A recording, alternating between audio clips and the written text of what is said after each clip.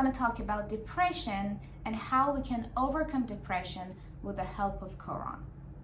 Everyone's life seems so perfect on social media and on Instagram, and that makes us compare our own lives with the life of others, and that makes us depressed and sad. We all want a perfect life, but we're forgetting the fact that Allah subhanahu wa ta'ala has said this world is not perfect and we will be tested in different ways. There is a verse in Quran which he says, Bismillahir Rahmanir Rahim, وَلَنَبْلُوَنَّكُمْ بِشَيْءٍ مِّنَ الْخَوْفِ وَالْجُوعِ وَنَقْصٍ مِّنَ الْأَمْوَالِ وَالْأَنفُسِ وَالثَّمَرَاتِ وَبَشِّرِ الصَّابِرِينَ.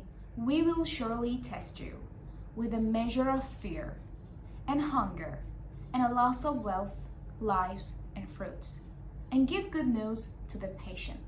So he's going to test us with fear, which means emotions, and hunger, financial loss, the loss of lives of our beloved ones, and lack of products.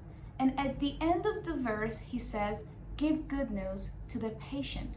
It means that if we're going to overcome these challenges, we have to be patient and resistant. We are given these challenges because Allah knows we are strong enough to handle them. The question is, what can we do to be strong and patient? By praying and reciting Quran, you will be at peace and you will get calm.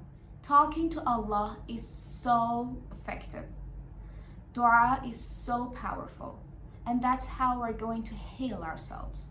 Allah has said, وَقَالَ رَبُّكُمُ ادْعُونِي أَسْتَجِبْ لَكُمْ. Call me and I will hear you. And He has always given us more than what we asked for.